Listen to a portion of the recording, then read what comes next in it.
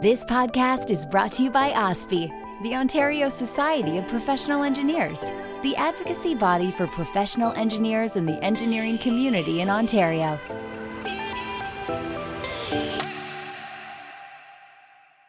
Good evening, everyone. Thank you for joining a very special live episode of Engineering the Future. I am your host, Jerome James.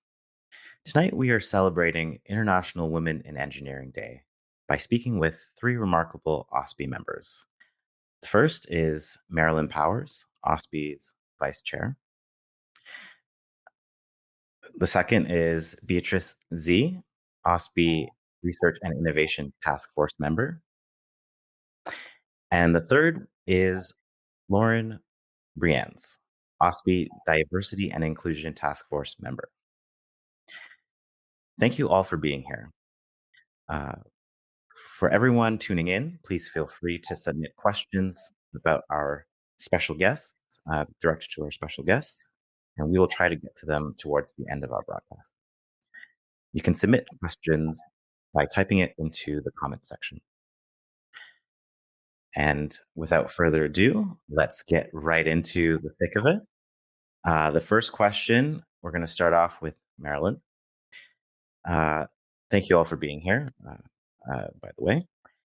For everyone, we'll get right into it here. So when you're live. So Marilyn, can you tell us a bit about why you decided to become an engineer? I know from your background, you did your Ph.D. at U of C out west. Are you originally from the prairies? No, I'm originally from Southern Ontario, a farming community somewhere between Chatham, Sarnia, and London. I had a lot of messages when I was growing up about math is good and computers are good. And sometime right at the end of my high school, somebody said, well, if you like both of them, why aren't you doing engineering? And I was like, I don't know, what is that? And so that just started kind of a whirlwind of like, well, maybe I should apply. And I got accepted to the University of Waterloo in civil engineering. That's where I started. And I'm still trying to figure out engineering. So they started talking about how you could mix like being a doctor with engineering. And I was like, that's super cool. And so I started studying human body mechanics and things like that. So I ended up in, biomechanics, biomedical. My PhD is, it was done half in the University of Calgary and half at École Polytechnique in Quebec. So been an engineer in all three provinces, which has been pretty exciting. Amazing. So yeah, you saw that there was opportunities to mix your sense of wonder and whatnot, and being able to express that through engineering. That's great. Beatrice, can you tell us a little bit about how you got into engineering? Yeah, sure. So like Marilyn, when I was younger, I really liked solving problems, whether it was technical, whether it was building robots in my parents' basement with my friends, and then trying to raise money so that we could continue to build robots in my parents' basement, or interpersonal, which meant how do we, deal with the disagreements about how we should be building robots in my parents' basement. So, with all of that enthusiasm and resiliency, I guess, engineering seemed like a natural place for those who like to problem solve. Fast forward to, I guess, working, like after graduation, after I was licensed, I was working in the nuclear industry in Canada on CANDU reactors. I won't bore with the details, but it's a very regulated, it's a highly technical, but it's also very regulated field. So you needed to have fluency in both electromechanical systems that you're designing, whatever your machinery is or your system is, but also you needed to understand the regulations, particularly the safety regulations that you had to comply with to ensure that your technical work product and process met the standards that the CNSE set. So going into law, that was sort of the natural lead-in for me to go into law, because intellectual property was heavily involved in our work, as well as the actual regulation of the technical aspects of what we were doing. So Right. That's how I found myself with the JD and then practicing law a few years later. And last but not least, Lauren, if you could tell us a little bit about your the process that you followed, and maybe a little bit about the hurdles that you've experienced along the way. Uh, it seems like Marilyn and Beatrice had smooth sailing the whole way, but Yeah, you can tell us the truth. I didn't know right away I wanted engineering. So my first degree is actually not in engineering. It's I have a honors 4-year honors science degree in biochemistry that I started and completed right after high school. And it was towards the end of that degree that I started looking around. So now practicality sets in, and like, okay, I love my degree, but what am I going to do with it?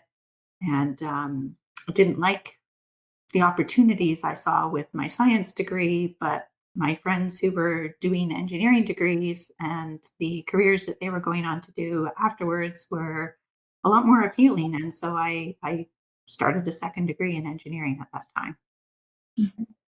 Hurdles would probably be talking to my parents about doing another undergraduate degree.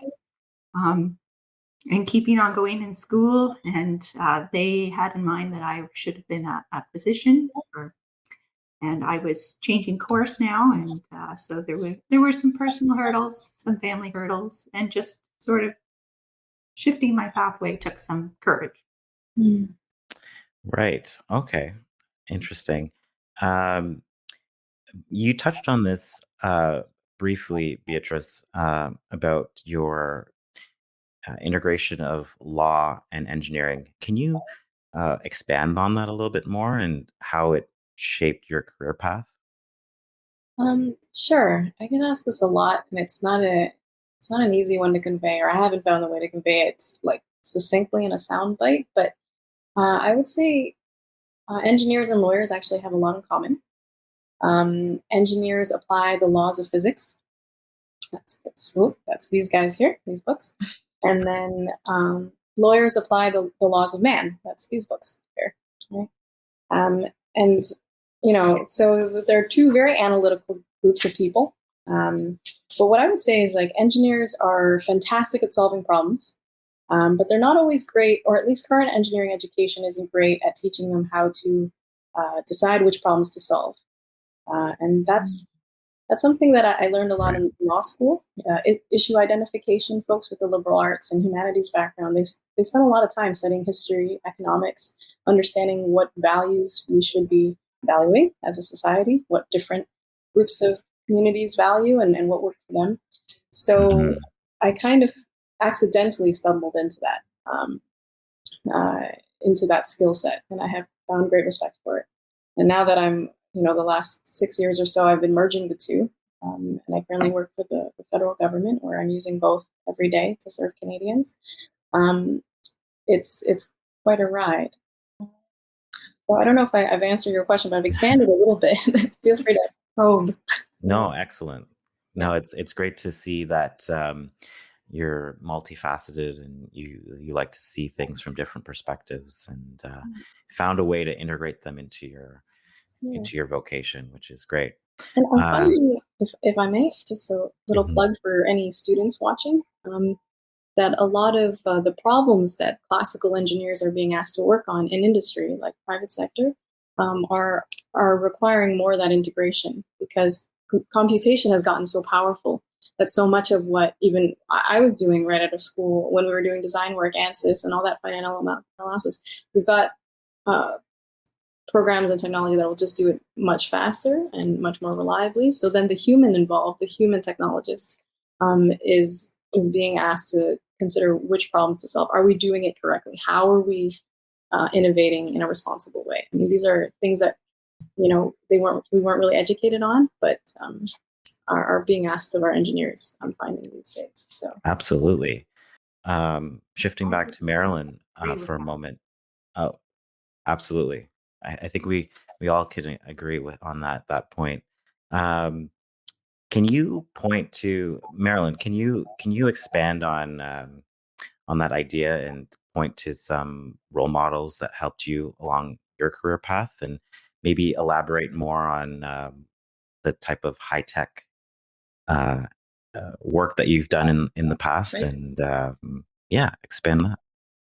So I really think the engineering degree is a fantastic degree for solving problems that really sets you up to do a lot of things. And so I did end up, like, right now I'm the director of academic technology integration and innovation at Mohawk College, where I'm looking at problems that exist in how do we deliver online learning? How do we help faculty deliver in this remote world that we're in right now? And even as we come out of the pandemic, what should education look like?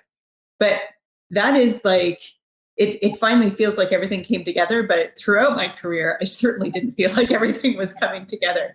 I started out in engineering. Like I said, I wanted to apply it to mechanics of the body.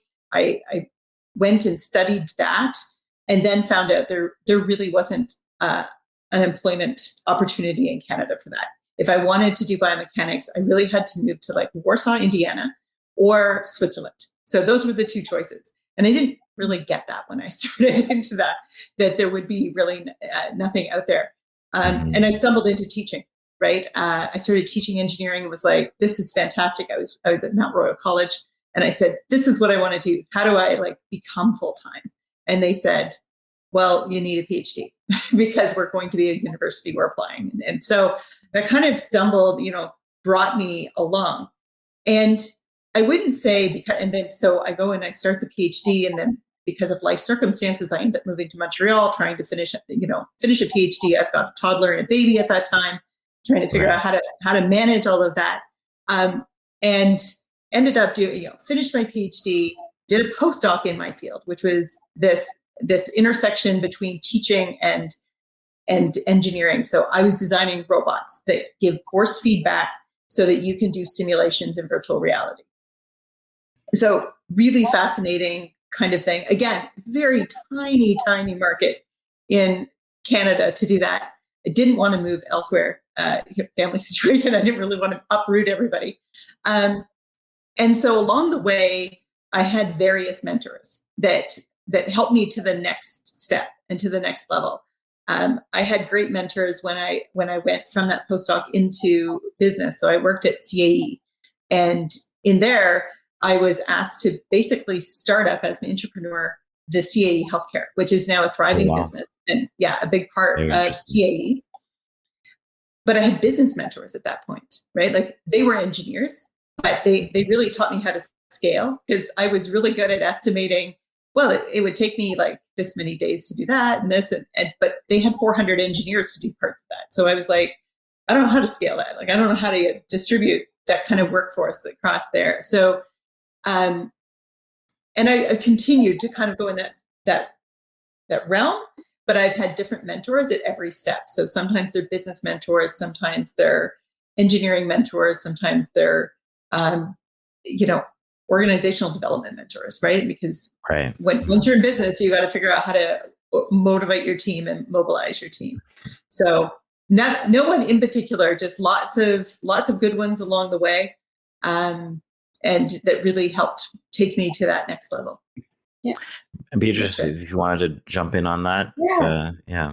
Marilyn, thanks for sharing your story. I think that's great. It's super inspiring to me. And I have a lot of young professionals and students in my network now, sort of just at that stage where I'm sort of not really formally teaching, but becoming that person that folks ask for advice.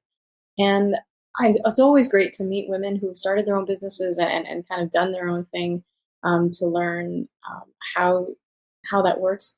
And how did you, I guess my question on behalf of them, if they were here, how did you go out and find the expertise that you didn't have, or the mentors that you didn't know you needed? Because if you had them, you would already, be up and running, I presume. So when you were in the grind, and you were trying to do something new and hadn't quite actualized yet, how did you go about seeking mentorship? Or how did they find you? Like, what did you do to put yourself out there? Because at some point you had to ask for help and not be perfect and admit that you didn't have it all. Right. And cold calling. You had to do everything perfectly, going from that mentality to saying, I don't know something and I need to admit that. Sorry. Yeah, no, it's all about staying curious and asking those questions. And then seeing where you can get answers. So actually reaching out to people, you have no idea who they are and they don't know you. And what I've learned is people are very generous. They, if they think they can help you and they think you want the help, they're very generous at giving that time. I am as well. I've had lots of people who tend to say, well, I think a good person to talk to would be Marilyn. And they'll just meet with me and I'll just see if I can help them at all. I'll give them an hour of my time and maybe a few introductions to other people. And I think that's really how I've been able to kind of keep going. Everything I've done has come through a network connection of that sort. That's great. Excellent. This is very insightful already. Appreciate the in-depth candor that everyone is portraying right now. I wanted to go back to Dr. Lauren, who is a faculty member of engineering at Western University since 2001, my illustrious undergraduate alma mater. Just wanted to throw that out there for the conversation here. What do you think needs to change to make engineering more welcome, a more welcome place for women? And yeah, that's a big question. I think we need to start with somehow increasing the numbers, and then that will have sort of a ripple effect. So in increasing the numbers, we have to start early and spark that interest in young children in engineering, and then nurture and grow it as they get older, recruit them into an undergraduate engineering education, and then once they're finished their education, support them in the workplace. And so if you get more and more women in engineering, you're going to have more and more opportunities for them to have those peer-to-peer relationships, to be able to find the mentors. So we were just talking about mentors a minute ago. And that was one of the challenges that I had, was that I didn't really have a mentor that I could easily relate to, because there weren't very many women in engineering and academia. So if we get more and more women there, some of those things will become easier. They'll make the workplace more welcoming. And so that's the next thing that we have to is get that career shift, that culture shift in the workplace. It needs to be more flexible, more conducive to a balanced lifestyle. And that needs to include if an individual wants to have a start and raise a family. And then when they're in the workplace, to make it welcoming. And there's a bunch of things that companies can do. Pay equity is one. Make sure that that's in place, and make sure that all of their engineers have equal opportunities to work on projects that are exciting, interesting, challenging, that are valued by the company, and make sure that the company then acknowledges that the work that they're doing is really important. So, but some of those things we need to grow and get those numbers and get to a critical mass so that all of those things become easier and just move themselves along more naturally. Excellent. Did anyone else have any input on that one? I would love to chime in a little bit too. So I think being able to see women who are engineers and what their work is like is important. I had the conversation with my 18-year-old daughter yesterday about, so what did you think? What did you think I did? And she didn't know. And she point blankly told me before grade 6, she had no care in the world what adults did for their life. She didn't want to know, which is interesting. But I didn't know what engineers did when I was trying to make that decision in high school. I had no idea. And I think these kinds of forums so that women can see, oh, okay, you can be in, like, I'm in education, Lauren's in education, but in a very different way, right?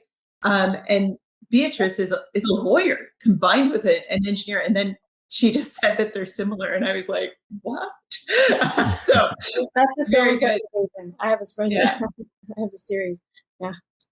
I'll let Beatrice chime in because I have a lot more ideas about how we can make the workplace, what has to happen in the workplace. But yeah. I actually want to just ask a question to both of you, because you're both in academia and you are the first people, women of authority, I guess, or your curators of the environment that young girls enter when they go into engineering, or they aspire to if they're thinking about where to apply, right? So as members of that academic environment, are there any are there any structural changes that you think could have made your lives easier? Marilyn, you mentioned you were doing such great research, like postdoc work, as well as I think starting business while being a mom. Is there anyone? I'm kind of, it's a leading question, but who's not at the table is something I always ask. It's like there are always men who are at the table, and it's more than women who need to work on this problem. And so I would ask, from my observation in the private sector, encouraging men to take pat leave, and also and rewarding them for being great fathers at home to whatever their partners do, whether it's science or whether art or whatever that may be. That's a really great point, that allyship and the idea that this is not just a woman's game. Or men need to be a part of. Yeah. Like that was there anything that could have helped you through your lives as trailblazers to where you are now, to who are able to inspire, so that we can allow more folks like you to be in your environment too? I guess that's my question. Mm-hmm. Some flexibility would have helped. Okay. Yeah. That I, of course, didn't fit into the standard mold. So I have twin boys, and I had them as I was trying to finish my Ph.D. And so then had to be a little bit flexible in finishing the degree. And then when I started as a professor, a faculty member, a little bit more flexibility in terms of meetings, when I was able to work or not able to work, depending on if the children were sick and had to be home from daycare, or just a little bit of flexibility, a little bit of acknowledgement that, yeah, I was pulling my weight, but and putting in the hours and putting in the work, but not in necessarily a regular day. Mm-hmm. So flexibility helps a lot. Another question for you. How do you find being assistant dean of first year studies? How has that changed your role or your influence? How do you find that allows? What does that allow you to do as a female leader at Western? So it was a lot of administrative work. So switching from more research and teaching, and then having those scale back a little bit, and a lot more administrative work. And part of my responsibilities as assistant dean first year studies was to do the recruitment from high school into engineering. And so I put a lot of care, a lot of extra work into making sure we had a welcoming environment, going out to girls' schools, looking at our promotional material and making sure that they appealed to a wide audience, and looking at ways to just make it more attractive to a broader group of students. Mm-hmm. I feel like we've talked about the idea of mentorship, but everyone's kind of being vague. I want each person to throw out a name and give a brief description or story about a mentor or someone that really helped them get over a hump in their experience going through to becoming an engineer. I want a name and an anecdote. My dad. The first he's an engineer, and so he's the first engineer I knew, and my first mentor, and has always is so inspiring, and just the way he tackles problems, his mindset, the way he his work ethic, and so he's my first mentor, and somebody I still go to for advice. Excellent. Dr. Powers.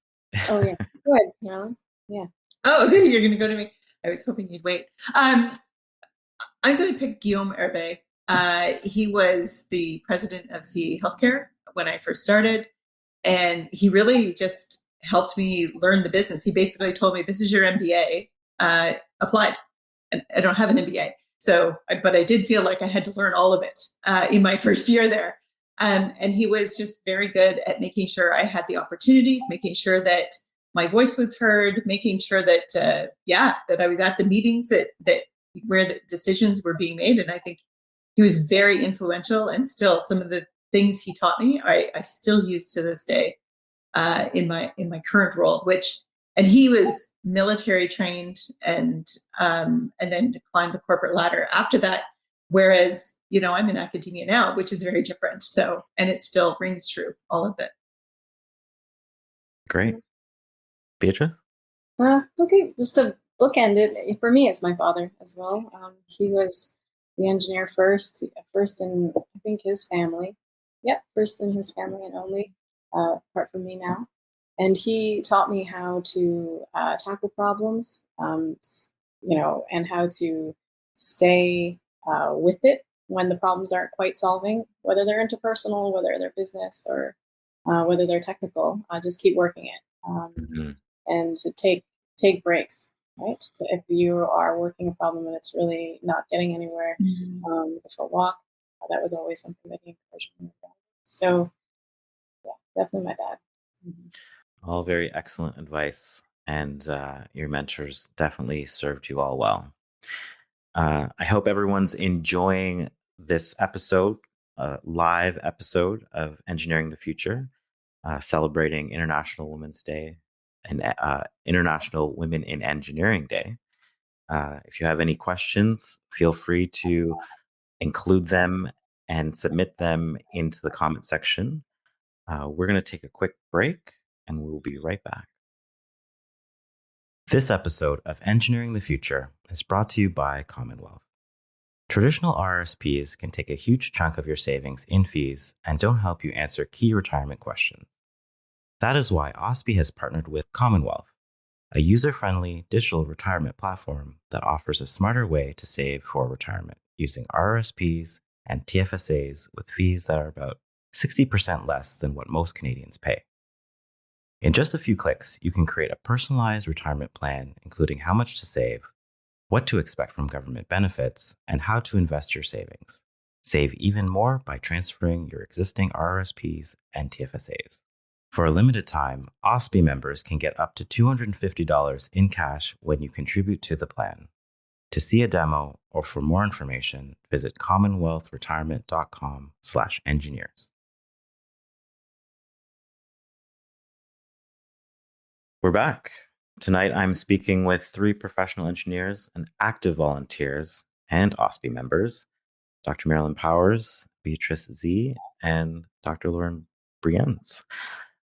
We do have some questions from the audience. We're going to go to the first one right now. It is for Marilyn and Lauren. Do you have any advice on how to justify the Ph.D. experience for getting a P.Eng? Is there any possibility that how to justify research work, including postdocs that were more comprehensive and multidisciplinary, for getting the P.Eng designation? I feel like they're interested in, they're wondering why you guys went the extra mile. Did it have any influence on your technical designation of P.Eng, or do you feel like it was a separate endeavor, more focused on, what other ideas versus practicing in engineering, or did the two come together? So for me, I got my P.Eng before I started a PhD. So it was separate. And at the time, I believe that my work as a Master's of Science student in engineering counted because I did it under another P.Eng. But that's a long time ago. So I know the rules changed, because back then it was less years that I had to put in. There was lots of co-op terms I had.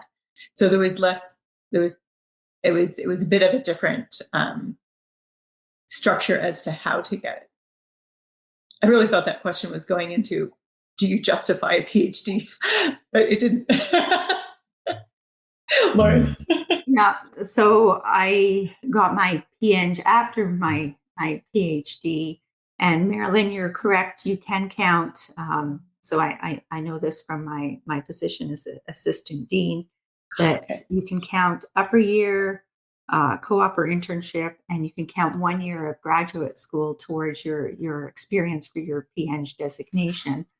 To take some of my PhD experience and translate it into appropriate experience for my P.Eng. It was very valuable that some of my PhD work was done in collaboration with industry, with the company. I was helping them solve a problem. And so that helped with crossing over between the two. Mm-hmm. Great. Moving right along. Sorry. Oh, by all means. It's on the spot because I'm thinking of my mentees. For those who are considering grad school or industry, and maybe more towards Marilyn, I guess, because she had a bit of both before going back into academia. What do you find fulfilling in both? Like, what did you enjoy about private sector, and what did you enjoy about a career in academia? So my PhD was very much in a new area. So it was virtual reality surgical simulation. It was something you couldn't do in industry because it didn't exist yet. So it was really on the cusp of how do we put together a simulator. I did mine very much in haptics. I know a lot about bone drilling, probably more than I really wanted to. So the PhD was twofold. I wanted to be in academia, and two, it was in an area that there was no way to get into it otherwise. Mm-hmm. And that it steered me into a way where NSERC used to have industry-based postdocs, and that's what I did. So that was my transition, right? So my postdoc was in industry, which was phenomenal because that got me the skill set that needed to get hired into industry full time. Okay. So now, going back into academia, I was never in the research realm, right? Like I went to go down that route. I did not realize at the time how when a university posts a position for faculty, it is incredibly specific. So your research has to be in exactly that. And there were none that were in like virtual reality surgical simulation. And I was kind of skirting around it. But then I found success in industry. So I just dropped the idea of trying to make sure I got into academia. And then, 15 years down the road, virtual reality becomes something that people want to learn, and it's affordable for most people to try. So I got hired to teach in virtual reality and to start up a program in developing people who could work with virtual reality and start a program at Mohawk. So my experience isn't sort of the traditional PhD route in that respect, but having the scientific rigor and the understanding that methodology and that has been very much relied upon throughout my entire career in that respect. Excellent. Moving right along, we have another question from a student at Mohawk College in the Mechanical Engineering Technology program. It is so important to get more women into engineering, but I also see many not staying in because of the challenges they face. Do you have any suggestions to help with this? So I think the conversation is broad, and it's not things that women themselves can necessarily do or be the only people at the table. Like you talked, you briefly mentioned before, more allies, more people at the table. The whole work with, equality, diversity, inclusion is hard work. And for engineering firms, I can see that it's incredibly hard. So if you look at what I keep hearing as a stereotypical engineer, because I've been told that I've actually been outright told there's no way you're an engineer, you're too personable. And I'm like, what do you mean? So there's those stereotypes, but so if we look at, I'm going to borrow that stereotype for a moment. If we look at the fact that if you think that all engineers are very just rational thinkers and they're just analytical, this kind of work is in the human realm. This is what Beatrice was talking about before. A lot of our work now has to be in the relationships and having hard discussions. Nobody teaches you how to have a difficult conversation. Nobody teaches you how to really like have those cordial but disagreeing, but we're still okay with everything, discussions that need to be the focus of changing culture. And this is the culture of like an entire company. And you can't do that by just doing some like PowerPoint presentations and identifying, oh, there's this thing called unconscious bias. You should check it. You should check your own unconscious bias, which, is really hard. You actually have to have the hard conversations and give people space and time for that. And if you're focused as a company on productivity and efficiency, you're not going to be focusing on that. So I think I think there's a big conversation to be had about getting everyone at the table and talking about this in order to change culture that will make it more appealing to stay in. Right. Marilyn, you mentioned something that I've seen a lot in private sector. So I'll nod my head as the token non-PhD academic engineer, but a lowly bachelor's have I. But in my work as a solicitor and a barrister, I've worked with a lot of engineering companies who have been my clients at various stages of development, startups, and then Fortune 500s in a tech realm. And so I've seen a lot of you sort of become like a marriage counselor or like a team counselor. Every person who's now my client or my peer are the CEOs or the CTOs who are trying to figure out what their liability is or whether they can enter a market and compete, that kind of thing. How do they get their Series A and stuff like that? And so the problems at that level are very human. Why do we make the decisions we make? How do we decide which projects to invest in?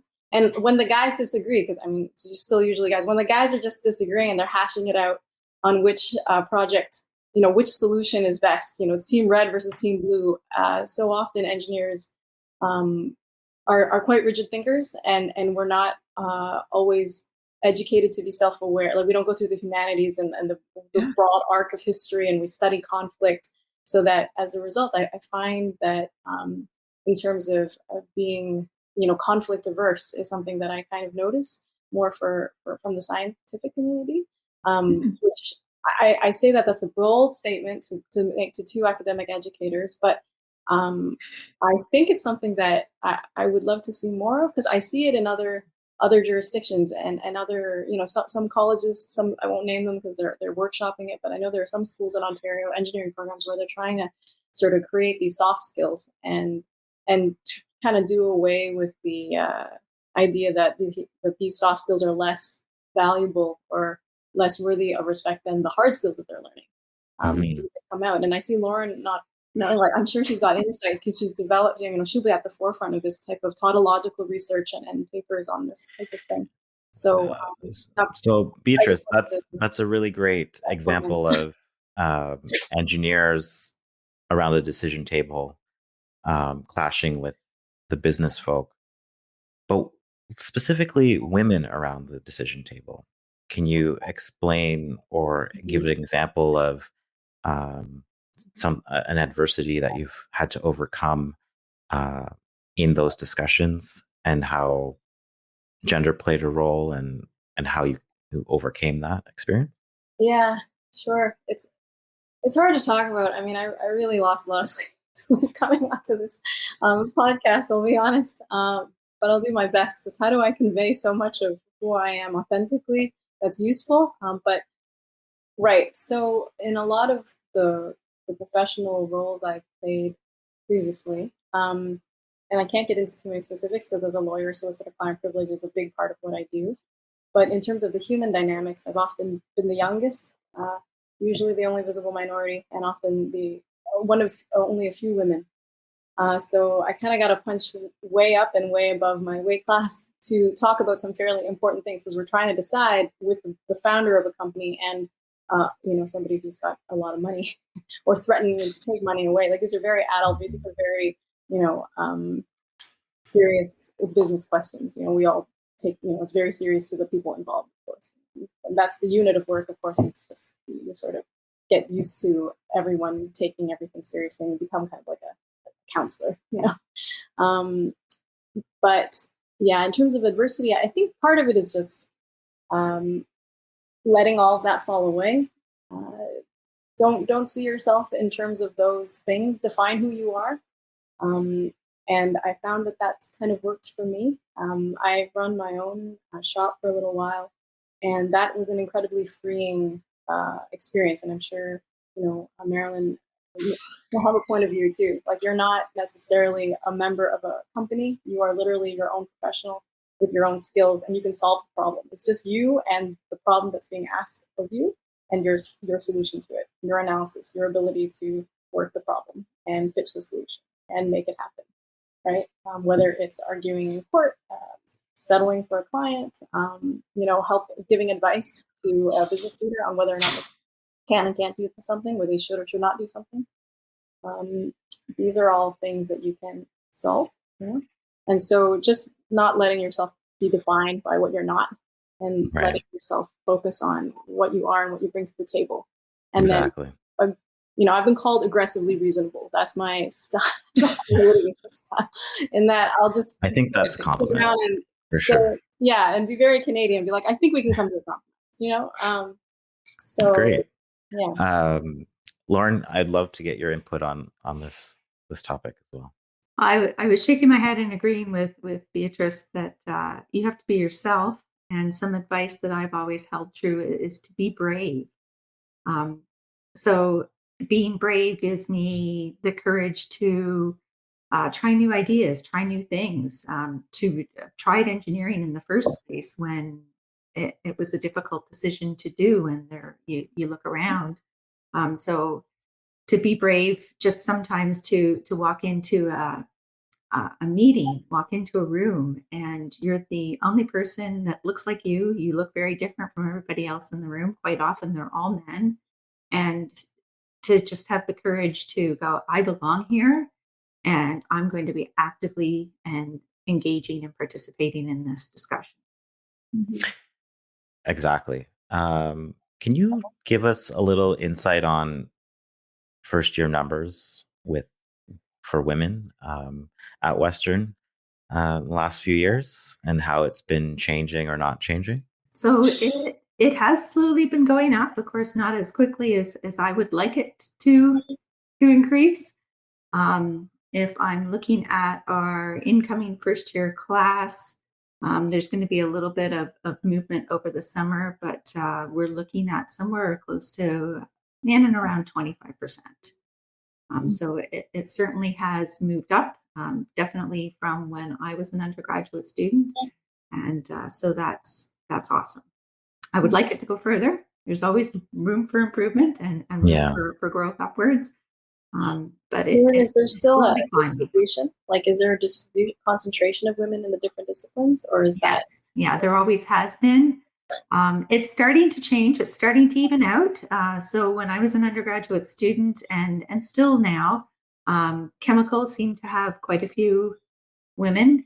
Then there was civil, and some of the ones that didn't attract quite as many women were, say, electrical, mechanical, and that's starting to shift now. Mechanical and electrical are attracting more women. We do have scholarships. We do make an extra effort to attract women into some of those disciplines that they didn't traditionally go to, particularly electrical engineering. We have some initiatives. Can you put a hard percentage number onto that, or is that privileged information?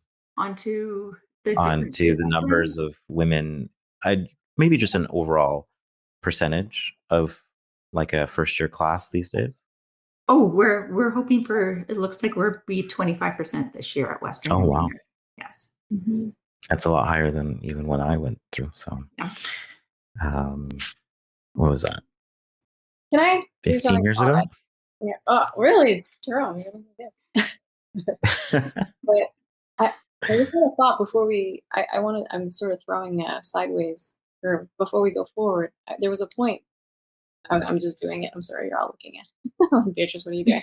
Story of my life. Anyway, one thing I wanted to leave for women to do something where you may not feel like you are in the majority, or we're reaching for 25%, as Lauren mentioned, and that's a great goal.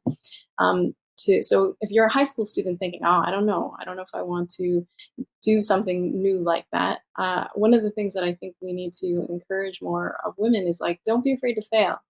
Like, we have so much there's so much pressure in a way to be like that kind of perfect girl boss, or like you got to do everything perfectly. But no, innovation doesn't happen like perfectly the first time you try something, right?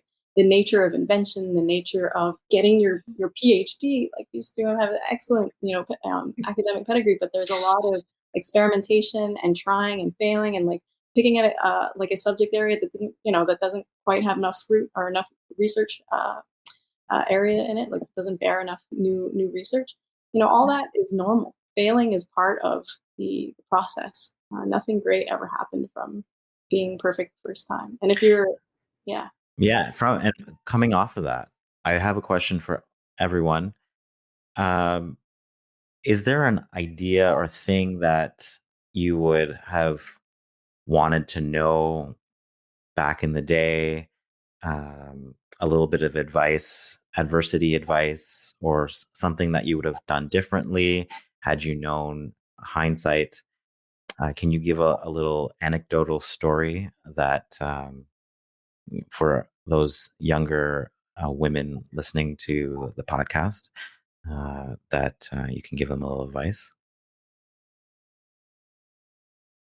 Whether it be through going through school or starting your career.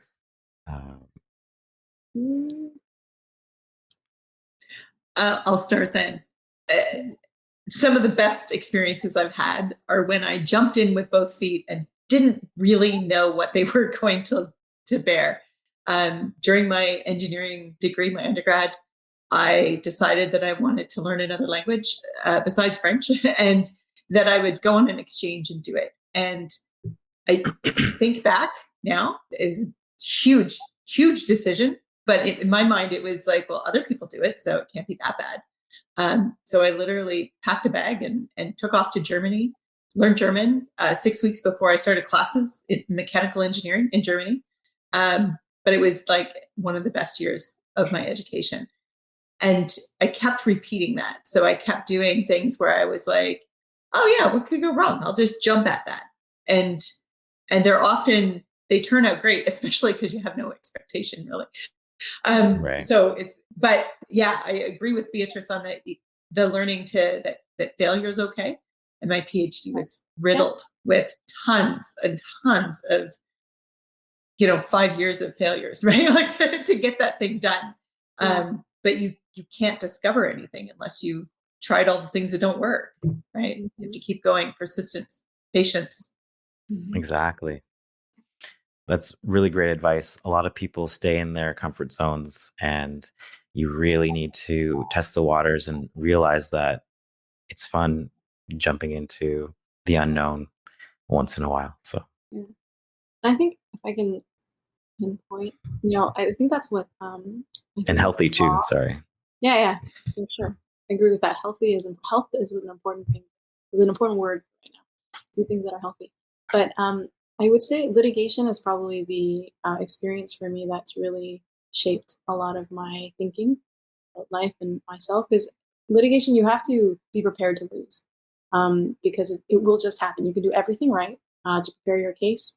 The facts could be on your side, the law could be on your side, but you just get a decision maker that's not feeling it that day, or they hinge on something, that they focus on something that is a particular analytical point for them, and you just lose. And it's very binary when you kind of go into a situation like that. There's A and there's B, and you're usually asking a yes or no question, at least at the early stage.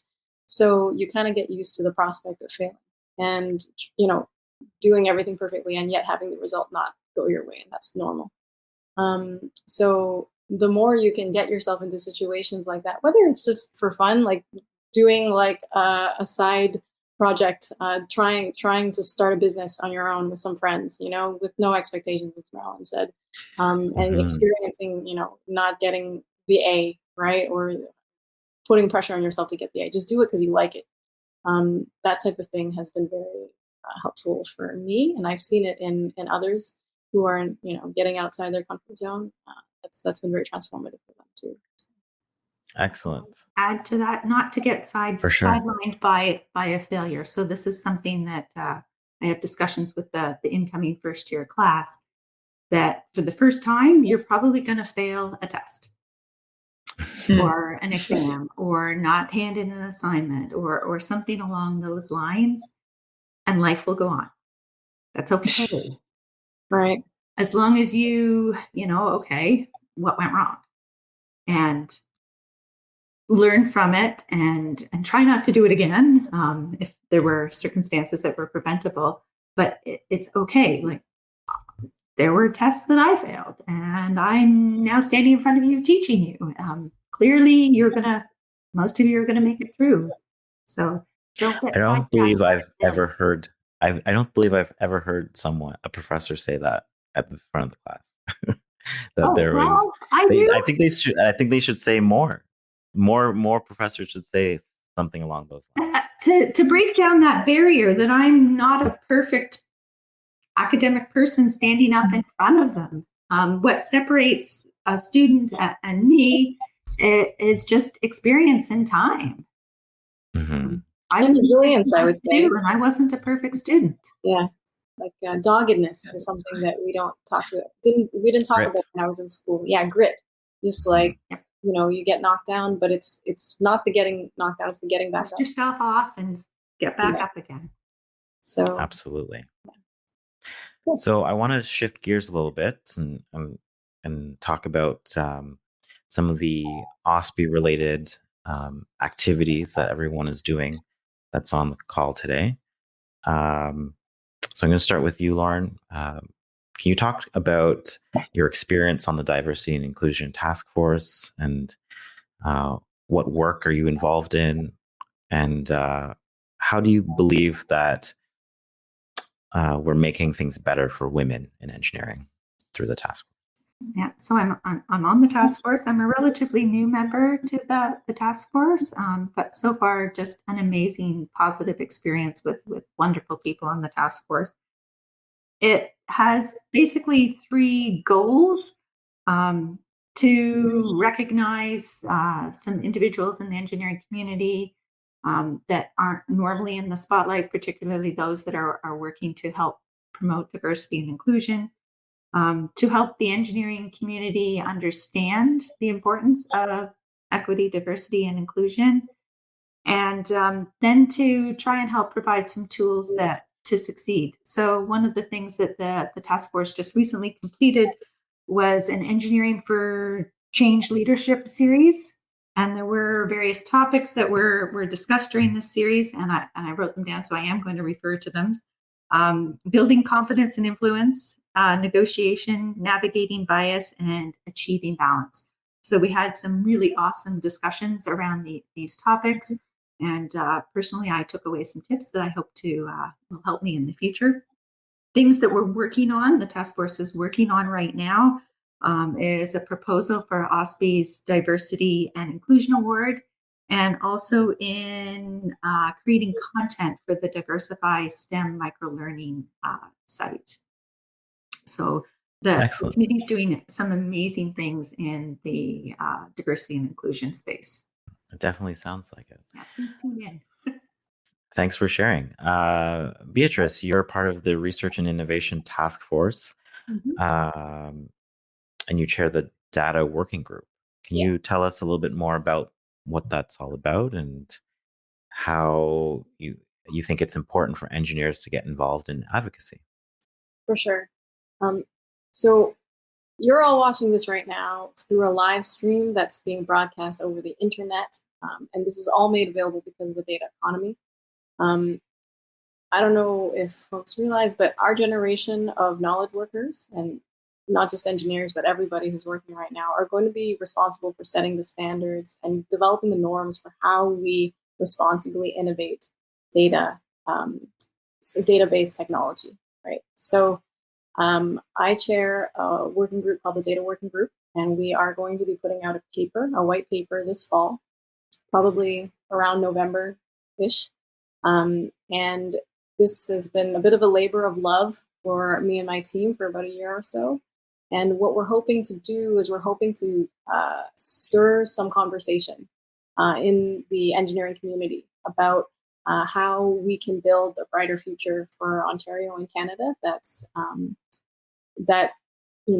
leverages AI to create jobs and supports existing companies and startups that are leveraging these technologies, but also provides a clear overview of what the current legislative activities have been from the Hill, because that's often a source of great confusion for engineers. Like what is privacy law and what is privacy law in Canada? What is GDPR? How does it all fit in?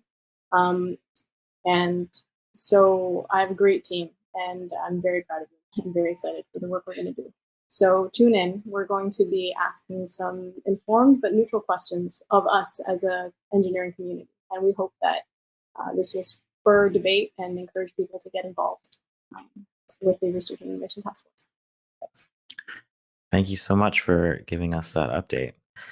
I also have an update, a little infomercial interjection here about how OSPE is bringing industry, academia, government, and engineers together to have these tough discussions at our annual conference to make the profession better for women and other equity-seeking groups. This year's engineering conference is virtual. It's going to happen between October 6th and 7th. Please visit OSPE's website to find out more. And yes, moving right along, this hour has flown right by. Just a few more questions. I would love to ask Marilyn, what advice would you give to young women who want to become engineers? To go for it and get the degree to get started. And then what you're going to want to do is make sure you have those relationships. Like I said, every great move I've made has been made and enabled because of my network, because I kept talking to people and asking questions, and what was really curious. I didn't sit there and put out a 5-year goal and a 10-year goal. I have goals, but they're not those SMART goals that people talk about, where they're specific and measurable and achievable. They were more general direction. And then I just thought things that felt good throughout that. So starting out and being persistent. I'm also very new to OSPE, and I'm very much amazed and wished I had known it earlier in my career. I was in Quebec for half my career, so I get a little buyout for that because I just got back to Ontario in the last couple of years. So looking at all the great work that OSPE is doing, the task forces that exist, gives you that ability to go across industries. So maybe you're in a specific industry now, but by joining something like OSPE, you'll get to know other people in other industries, and it can allow you to hop industries. I've hopped industries a lot. I went from, aviation into, but it was more like a healthcare, but it was medical education more so. And then I hopped from there into general education and then into college. So all very different sectors. And I wouldn't have been able to make those jumps had it not been for the people I met and sticking my hand up to volunteer. I would volunteer for things that, got me introduced to people that got me, the next opportunity that sounded like it fit with what I was looking for. Excellent. Does anyone else want to take a stab at this question about giving advice to young women who may want to become engineers in the future? Oh, yeah. I mean, I feel like that's what this whole hour has been about in a way, but do it for sure. I would say if this panel is any indication, the learning never stops, right? the feeling of should I do that next thing? Should I push my own boundaries and try this next thing? Is a lifelong journey. You never really get there. That's the thing they never tell you. You get the degree first, then you graduate, and then you're there. Okay, and then you get your job, your first job, and you're there. That's a complete myth, right? It's a continuous process. And I think if you embrace it as an adventure, and I can tell you, engineering has opened up like a ton of doors, and even now the jobs that I think will exist when you graduate don't even exist now. That's kind of my read of a lot of things that are happening in private sector, especially with data and cybersecurity. So yeah, jump in. You'll learn some pretty cool skills and meet some pretty amazing people. And what I wanted to ask actually of Marilyn and Lauren as well is like, what makes you excited? What's the new thing that's kind of on the horizon for you that you're excited about innovating for? You know what I mean? Like, what's the new hairy project that you haven't quite got figured out, but kind of gets you excited, but you're not so sure yet if it's something you have totally figured out? What's the thing on your plate currently that is the problem that you're working on? Thank you so much, by the way, Beatrice. You've been like a second host tonight, asking some hard-hitting questions that I have missed on the list. Absolutely. Continue. Sorry. Okay. Yeah, but the question still stands. Sorry. What are the things that get you guys excited today as sort of examples of projects that you might be, that sort of make you interested to get up and go to work in the morning? What are you working on? If you can say. What I'm really excited about right now is a new course that I'm developing. It's a completely experiential course.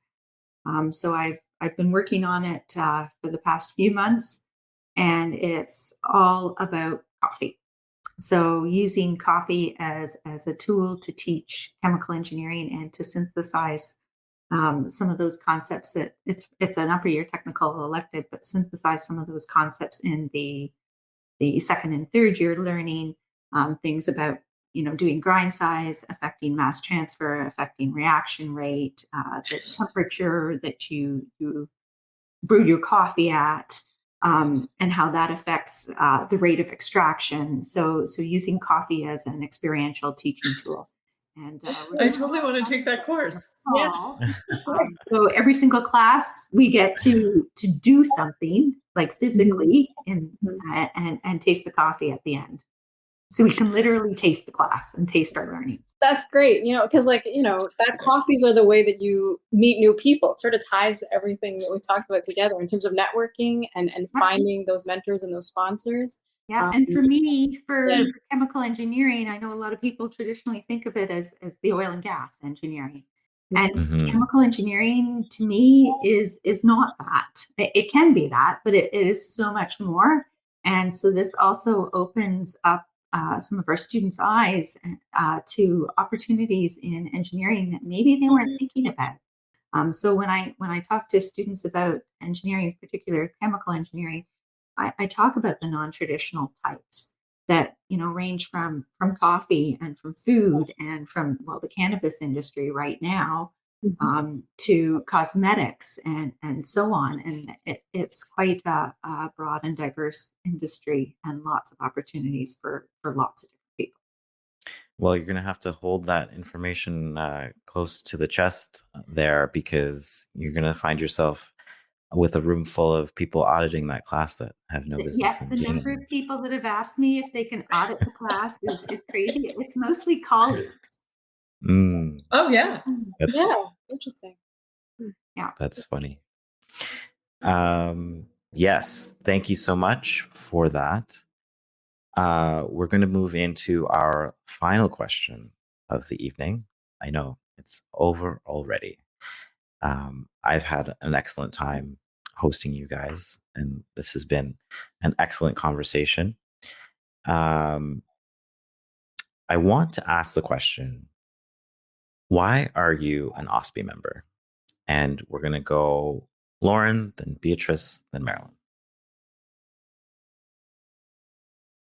Being an OSPE member shows my support for the organization, and it also allows me a way to contribute to some of those issues that OSPE advocates for and that align with my own values and goals. Great. Beatrice? The people. Apart from putting up with my lack of respect for decorum, they are just so much fun. There's folks who volunteer their time to get involved in something like this, as Marilyn alluded to, are generally really friendly people who want to give of their time and give back to the community and learn. It just creates this really cool ecosystem that I think is the best of what any community should be. So yeah, come join OSPE. Come for the learning possibly, and stay for the friends, I would say. I love that. Yes. Come for the learning, stay for the friends and the networking and so the reason I'm an OSPE member is really to be part of the profession.